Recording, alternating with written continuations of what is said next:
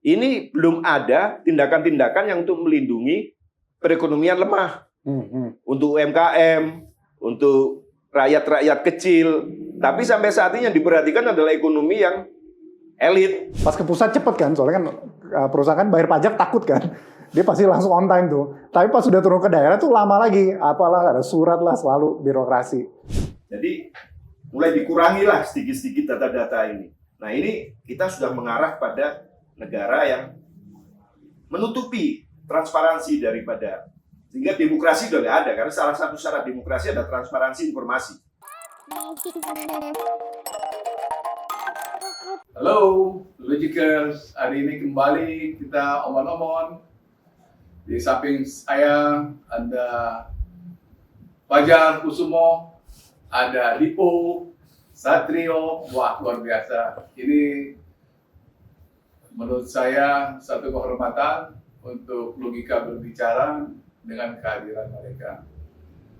Kita ingin berdiskusi karena adanya apa yang disebut dengan welfaris, artinya tentang kemakmuran. Karena itu pada hari ini itu ditujukan untuk Presiden Prabowo sebagai satu, nggak tahu apakah itu cocok apa tidak. Tetapi yang jelas sejarah menjelaskan bahwa kemakmuran atau kesejahteraan itu diinisiasi oleh Muhammad Hatta, oleh Sumitro, dan mereka-mereka inilah yang sebetulnya cocok kita sebut sebagai bapak kesejahteraan. Karena ada yang mendirikan koperasi, ada yang hendak memikirkan, katakanlah, bagaimana caranya supaya kemiskinan itu hilang, baik dalam teori maupun dalam praktek dan kebijaksanaan. Karena itu, demokrasi ekonomi ini sungguh perlu kita perhatikan mulai sekarang ini, karena adanya beberapa elemen kekuatan di masyarakat, yaitu tentang oligarki yang terus merajuk dan menguasai perpolitikan atau arena perpolitikan di Indonesia. Ini sungguh miris dan sungguh menyedihkan bagaimana kaum oligark itu menguasai arena politik. Karena itu kita kembali ke demokrasi ekonomi, kita akan mencoba mengupas ini satu persatu. Kita akan mulai dengan pertama dengan bagaimana APBN yang terakhir yang kemarin diumumkan di DPR sebagai pertanggungjawaban oleh Menteri Keuangan di DPR yang mengatakan bahwa APBN kita di tahun 2024 ya pas-pasan, dalam arti 5,03% dalam arti pertumbuhan. Nah, saya ingin bertanya kepada Lipo, apakah selanjutnya bagaimana demokrasi ekonomi, bagaimana APBN? Silakan, Lipo. Terima kasih Bang Jimmy. Jadi mungkin kalau ngelihat laporan APBN yang terakhir yang diungkapkan oleh Ibu Sri Mulyani di DPR, sepertinya cukup jelas. Jadi pertama, memang ekspektasi pendapatan diharapkan untuk turun karena kondisi ekonomi juga kurang baik. Di lain sisi, beban kita terus naik. Banyak departemen yang meminta budget tambahan, dan juga hutang kita pun semakin banyak. Gitu. Jadi sebagai contoh, untuk pembayaran bunga hutang saja, kita itu sekitar 500 triliun di tahun 2025 ini. Nah, 500 triliun ini sebenarnya dananya jauh lebih besar dibandingkan budget-budget untuk belanja yang lain, seperti pendidikan, kesehatan, dan banyak hal yang lain. Jadi mungkin secara besar, banyak yang bertanya-tanya, ini kita kerja buat kreditor atau buat bangsa? Iya kan, kalau dari sisi APBN. Mungkin itu yang pertama.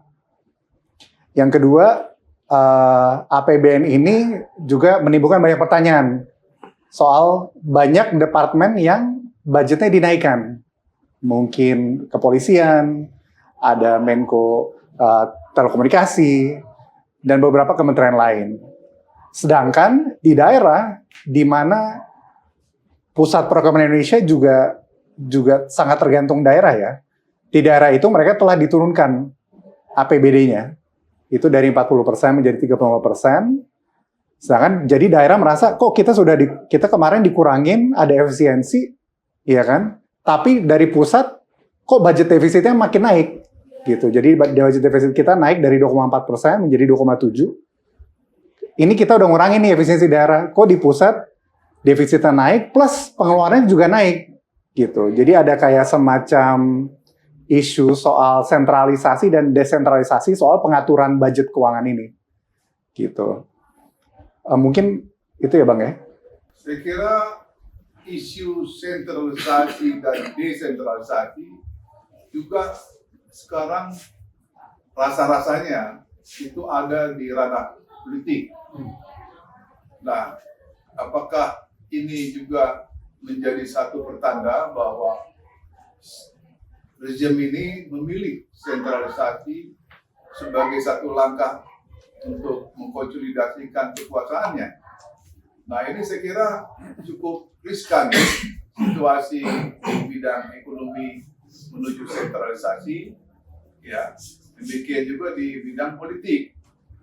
Nah, karena itu kekhawatiran ini membuat suasana banyak hal yang masyarakat bertanya-tanya, mau kemana kita berjalan ekonomi kita ini?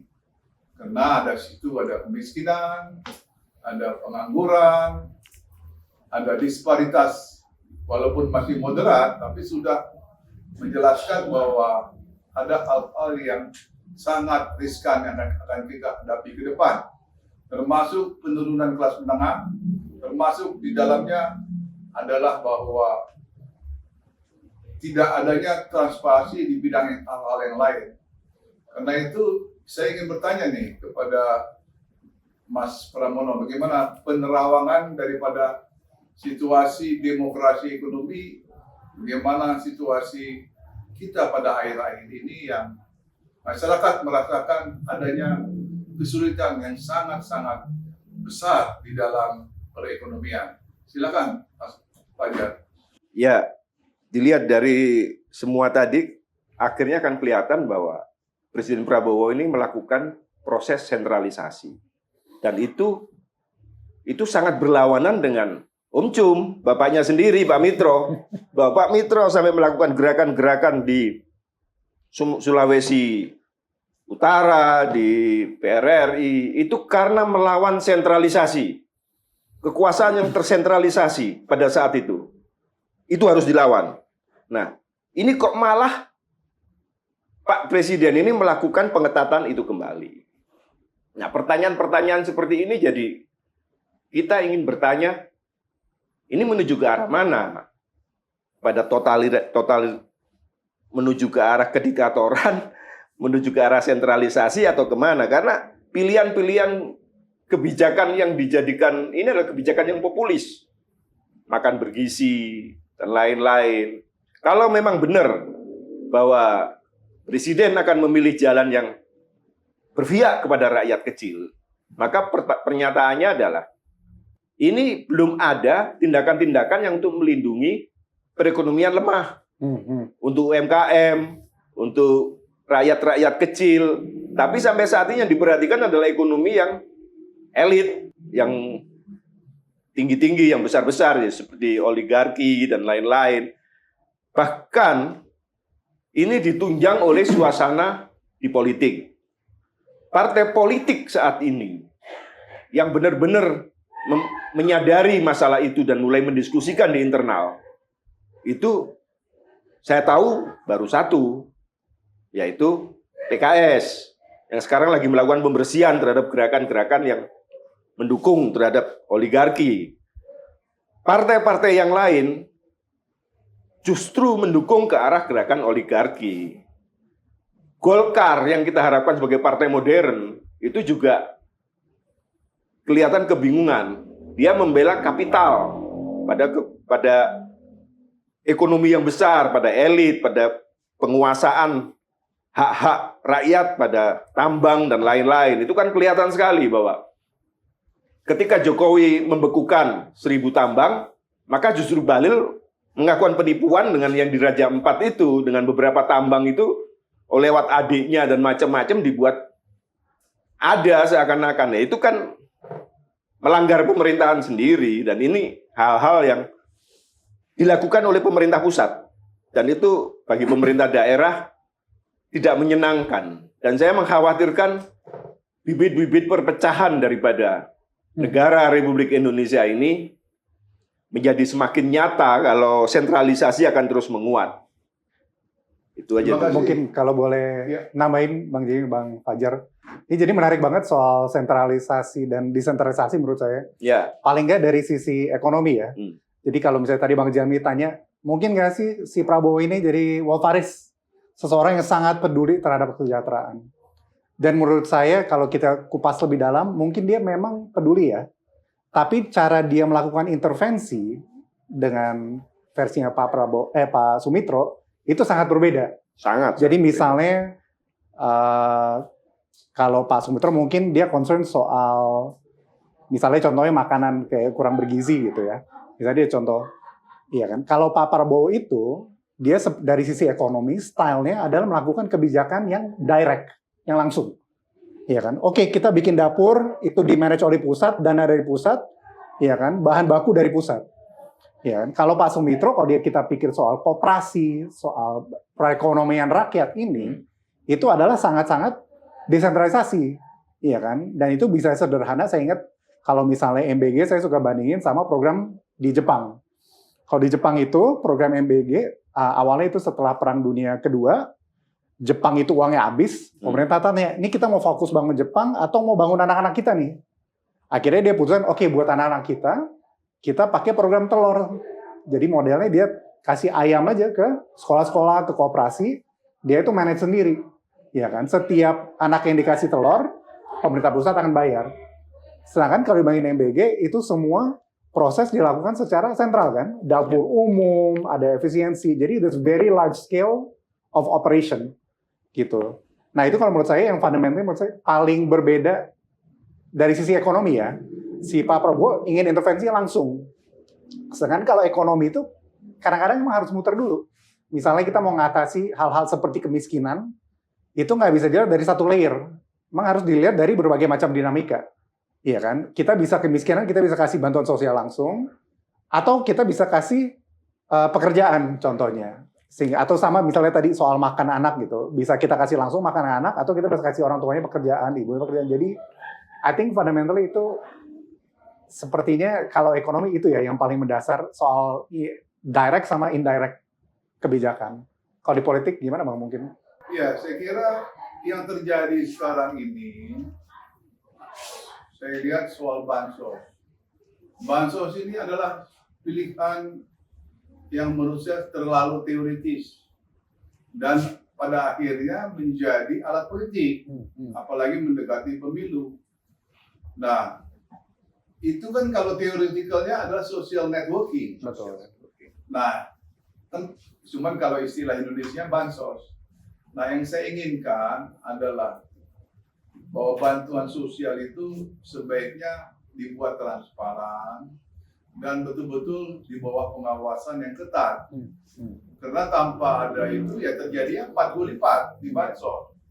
Dan kita tahu bahwa pada akhir-akhir ini sudah mulai bansos itu tidak sebagian itu adalah dimakan oleh pinjol. Fiktif ya. Ya, menjadi fiktif, bansos fiktif. Nah, inilah butuh pengawasan yang ketat dan pengertian teoretikal itu harus betul-betul dihilangkan, ya kan, untuk menjadi realitas yang baik bagi masyarakat untuk menolong. Karena kalau bansos ini terus-menerus tidak diawasi, kalau menurut saya itu akan menambah kesulitan. Nah, sekarang pertanyaannya, dengan adanya sekarang satu perbedaan atau disparitas antara kota dan desa, antara daerah dan pusat. Nah, ini bagaimana nih, Mas?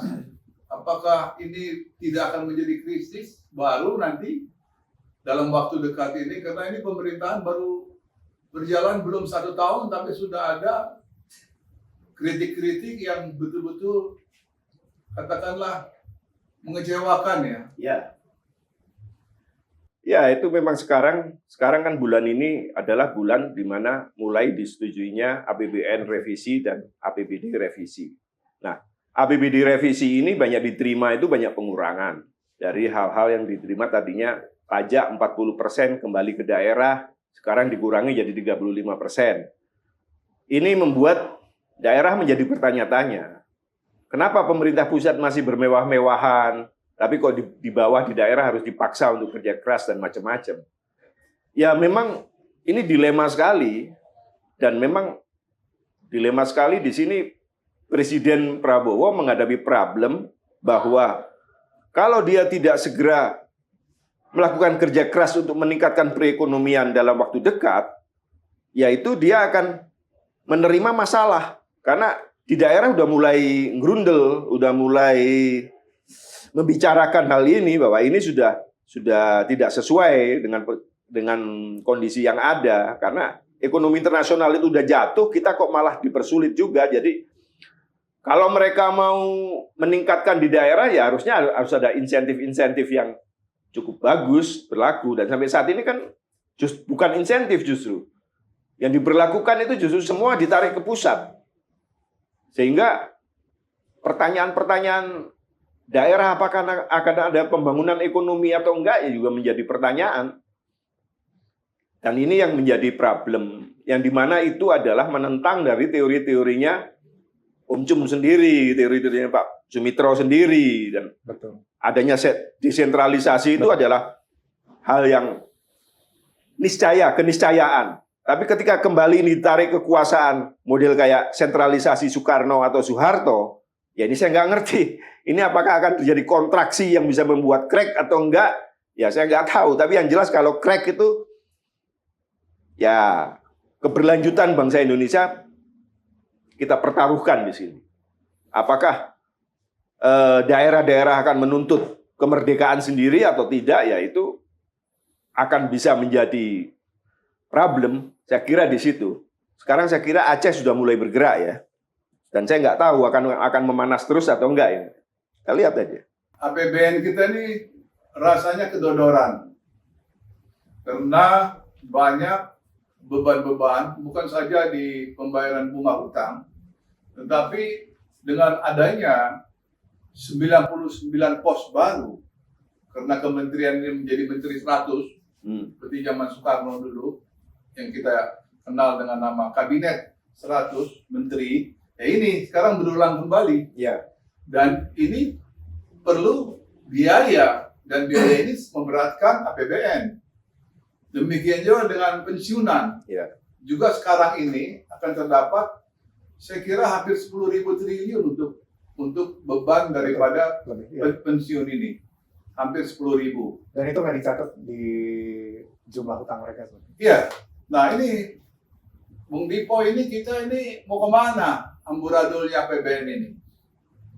Apakah kita menambah hutang 2.000 sampai 4.000 triliun di tahun 2025-2026 ini? Nah, saya mohon penjelasan dari Bung Dipo ini. Ya, mungkin sebelumnya Bang, kalau boleh, tadi menarik banget soal poin antara pengelolaan uang antara regional daerah dan pusat. Jadi mungkin itu komplain yang tadi Bang Fajar udah bilang dari 40% jadi 35%. Ya kan, jadi misalnya beberapa area seperti Papua, mereka punya Freeport, dana pajak dari Freeport itu dia masuk ke pusat dulu, baru ditransfer ke daerah. Ya kan, yang mereka suka sesalkan saat ini sebenarnya banyak itu suka keterlambatan. Jadi suka telat tuh duit balik. Pas ke pusat cepet kan, soalnya kan perusahaan bayar pajak takut kan. Dia pasti langsung on time tuh. Tapi pas sudah turun ke daerah tuh lama lagi. Apalah, ada surat lah, selalu birokrasi. Itu jadi yang APBD sebenarnya udah ada kendala itu bahwa sering terlambat. Lalu yang kedua yang tadi Bang Fajar bilang itu penting banget. Saya benar-benar di daerah itu banyak teman-teman mereka komplain, ini gimana sih pemerintah pusat kita suruh efisiensi jumlahnya besar, kenapa di pusat masih tetap kayak boros, ya kan? Ya. Kementerian anggaran naik tadi seperti Bang Jimmy bilang, ya kan, spendingnya naik terus, gitu. Terus yang ketiga itu juga sebenarnya karena si efisiensi itu banyak program-program yang sebenarnya menciptakan lapangan pekerjaan di daerah itu jadi tidak jalan, ya kan? Jadi karena instruksi politik dari Pak Prabowo untuk pendidikan kesehatan prioritas itu jadi tidak dikurangin. Tapi semua yang menciptakan lapangan pekerjaan, bukan semua, banyak yang menciptakan lapangan pekerjaan seperti infrastruktur dan pekerjaan umum itu di stop semua, ya kan? Jadi kalau di daerah tuh mereka langsung kasih tulis memo, ini kita harus pengetatan karena efisiensi segini-segini. Yang kita kurangin adalah item A, B, C. Yang dikurangi itu banyak proyek-proyek yang sebenarnya menciptakan lapangan pekerjaan. Ya kan, jadi ada apa semacam tidak intun lah antara di lapangan itu. Jadi di ekonomi daerah, saya ngelihatnya cukup berat jujur aja. Banyak yang udah komplain. Again, karena di daerah itu mereka juga bisa berhutang kan. Jadi ada hutang pemerintah pusat, ada hutang pemerintah daerah. Pemerintah daerah pun jadi kecekek juga gitu. Belum lagi soal sentralisasi dan desentralisasi, si pusat tuh banyak tadi Bang Jimmy ngomong soal PNS itu belum masuk. Ya kan dari Bu Sri Mulyani udah bilang nih, kalau yang PNS dari daerah, yang dari pemerintah daerah juga dong yang bayarin gitu. Jadi budgetnya udah dipotong tetap agak dikontrol gitu. Ya kan? Jadi mungkin nggak sentralisasi full tapi banyak sugesti lah untuk menciptakan sentralisasi. Gitu sih Bang, soal ini cukup menarik. Terus kedua tadi yang Abang tanya soal untuk depannya gimana ya? Menurut saya masalah yang paling mendasar sebenarnya di Indonesia saat ini bahwa kita nggak punya blueprint atau roadmap menuju modernisasi Indonesia. Ini dari sisi ekonomi ya. Kenapa kita nggak bisa maju? Karena kita nggak punya blueprint. Pertama, setiap program misalnya 8%, itu angka gede dan sangat normatif.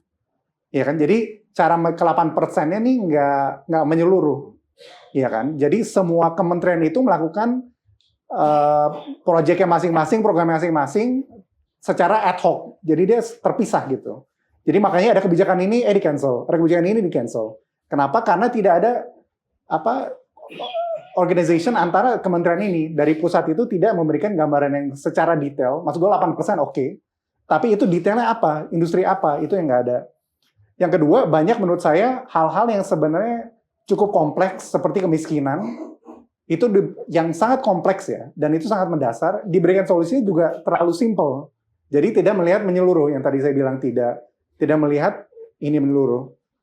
Lalu yang ketiga, menurut saya yang tadi kita udah mention juga, bahwa kebijakan saat ini yang secara paling tidak untuk ekonomi itu sangat direct.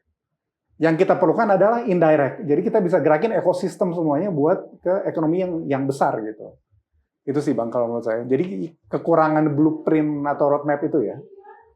Saya kira tidak berbeda dengan politik. Kita menginginkan juga apa yang disebut dengan modernisasi di bidang politik. Karena ini langkah-langkah policy daripada politik kita ini tidak mencerminkan satu pembaruan. Jadi dia stagnan dan jalan di tempat.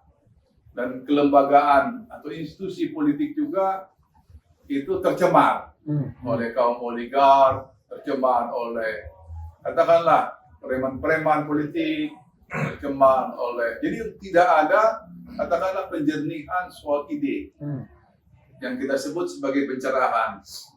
Sebetulnya modernisasi di bidang politik juga sama seperti di bidang ekonomi. Harus ada pencerahan kembali, harus ada introspeksi, harus ada semacam penglihatan ke depan untuk adanya satu pencerahan yang membawa Indonesia lebih terang. Nah, kalau sekarang kita melihat ini ya kita sebut sebagai Indonesia gelap. Coba Bang Mas Fajar, gimana nih Indonesia gelap ini menuju terang? Ya, itu problem yang saat ini sedang kita hadapi. Dan itu beban bagi Presiden Prabowo sudah terbatas sekali waktunya. Dan saya kira saya tidak bisa melihat adanya perbaikan ke depan ini. Kita tidak bisa melihat adanya regenerasi orang-orang politik yang bagus. Artinya partai-partai itu sudah melakukan nepotisme sekali. Jadi mulai dari keluarga, udah ditarik. Dan ini menghalangi proses regenerasi munculnya orang-orang baru yang berpikir lebih segar, cara melihatnya lebih segar, dan macam-macam. Ini terus-menerus terjadi selama sekian tahun. Dan Presiden Prabowo tidak segera menyelesaikan hal ini.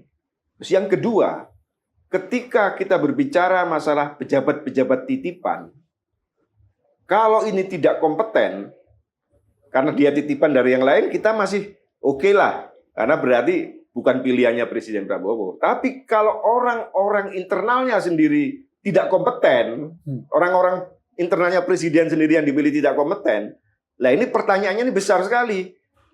Artinya bahwa negara ini dikelola dengan remeh-temeh, dengan menggampangkan dan menyatakan bahwa ini semua bisa diselesaikan. Tapi nyatanya tidak ada yang secara mendasar itu dikerjakan. Sampai saat ini kabinet 100 menteri cuma berupa karnaval aja, nggak ada kerjaan apapun. Dan itu akan mendekati batas akhir kesabaran rakyat. Nah ini saya nggak tahu sampai kapan ini berakhir. Apakah mulai dari nanti setelah bulan Agustus atau akhir bulan-bulan akhir tahun-tahun ini, saya kira kesabaran kalau sudah sampai menipis akan terjadi terbukanya kotak Pandora. Nah, kotak Pandora itu kalau terbuka ya kita sama sekali nggak bisa meramal ada gerakan apa dan macam-macam yang terjadi ke depan. Itu karena urusannya dengan kesabaran di masyarakat dan bangsa ini. Begitu. Bulan depan kita akan memasuki usia 80 tahun. Saat itu ada dua kata ya, merdeka atau mati. Nah, sekarang kita melihat kemerdekaan yang kita raih 80 tahun lalu ini kelihatannya berjalan di tempat. Jika kita bandingkan dengan negara-negara, katakanlah dengan China, 3 tahun kita lebih dulu merdeka, tapi mereka sudah menguasai ruang angkasa. Ruang kita, ya, belum kita kuasai seluruhnya. Malaysia aja tahun 70-an kita bantu guru. Iya. Sekarang dia jauh lebih tinggi dari kita tingkat sekolahan-sekolahan di sana. Nah, jadi sekarang yang saya maksud adalah kata merdeka itu sampai sejauh mana? Atau kita hanya mengenal satu kata, iya kan? Mati. Nah, ini yang mudah-mudahan coba saya ingin dari Mas Dipo dulu nih. Kita kan ada dulu mengenal merdeka atau mati. Sekarang apa? Apa the next yang akan terjadi di Republik ini? Jadi kalau menurut saya, kalau secara ekonomi minimal, karena kita tidak punya roadmap atau strategi atau visi 30 tahun ke depan, ya kan, ini banyak sangat sulit untuk kita untuk maju secara ekonomi. Jadi contohnya Bank Dunia, tadi kita target misalnya pemerintah 5%, Bank Dunia itu dari visi 4,7. Jadi kita akan pelan-pelan mati sekarat kali ya Bang, namanya, ya kan. Nah, karena apa? Karena tanpa master plan ini, semua kebijakan tidak jelas arahnya, gitu. Dicoba diselesaikan dengan kecil-kecil. Yang kita perlu adalah strategi besar. Nah, negara ini kalau dari ekonomi sebenarnya sudah cukup jelas, ya kan? Negara tuh perlu buat apa sih? Buat meningkatkan kesejahteraan atau welfare. Kalau kesejahteraan masyarakat tidak meningkat, tidak ada gunanya kita diatur pemerintah. Mendingan kita atur kita diri sendiri aja, ya kan? Jadi kalau menurut saya gitu sih Bang, kita pelan-pelan karena tidak ada kepastian arah visi ekonomi kita, ya kan? Kita nggak tahu si Menko kerjanya apa, si Menteri Keuangan kerjanya apa, kerjanya ngebalancing aja. Kita bayar bunga, utang cicilan gimana, utang. Strategi kita itu aja tambah utang gitu. Ya kan, jadi kita kalau di ekonomi itu pertumbuhan dengan hutang. Cuma masalahnya hutang itu apa? Hutang itu kan bikin nagih ya, jadi agak addicted gitu sama hutang. Tanpa strategi yang benar buat kita sangat keluar, dan ya kita mati pelan-pelan sih Bang kalau saya ngeliatnya. Kita hidup ogah, mati juga ogah. Ya betul. Jadi ini boleh dibilang kita pada posisi ogah-ogahan. Nah kalau menurut Mas Fajar P. Jadi setelah adanya APBN revisi dan APBD revisi ini terjadi, ini memancing kekacauan kemana-mana. Daerah sudah mulai bertanya-tanya dan agak sedikit tidak percaya dengan pusat. Dan mulai pelan-pelan tapi pasti yang tidak bisa dihitung. Ketika ekonomi itu berbeda dengan urusan bendahara atau kasir, maka ada urusan nasib masyarakat di situ. Bahwa kelas menengah sebagian udah terjerat pinjol. Karena untuk menjaga penampilannya dia tetap harus berpenampilan sebagai kelas menengah. Menjaga mobilnya tetap ada, nggak dijual tapi digadekan. Sebagian dia untuk hidup, biaya hidupnya karena tabungan sudah nggak ada, maka banyak yang terjerat pinjol. Sementara data-data mengenai pengangguran juga sudah mulai tidak ada. Jadi mulai dikurangilah sedikit-sedikit data-data ini. Nah ini kita sudah mengarah pada negara yang menutupi transparansi daripada, sehingga demokrasi sudah nggak ada, karena salah satu syarat demokrasi ada transparansi informasi. Tapi ini sudah nggak ada. Mulai berkurang sedikit-sedikit.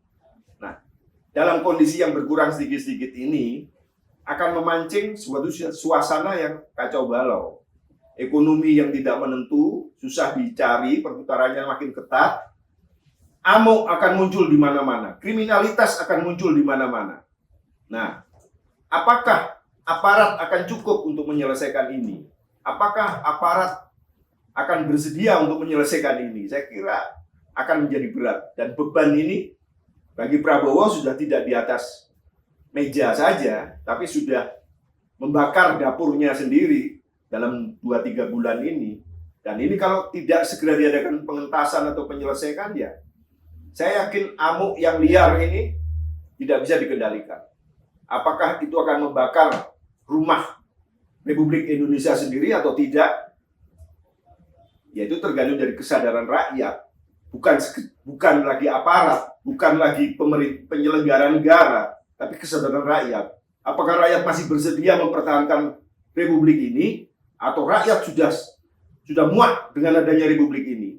80 tahun Indonesia merdeka, apakah akan menjadi seperti ramalannya buku yang seringkali dikutip oleh Prabowo bahwa 2020 Indonesia akan bubar, yaitu 2030 kan? Iya.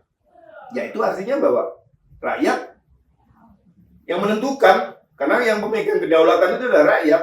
Rakyat bukan cuma di pusat, bukan cuma di Jakarta atau di IKN, tapi rakyat ya ada di Papua, ada di Aceh, di mana-mana.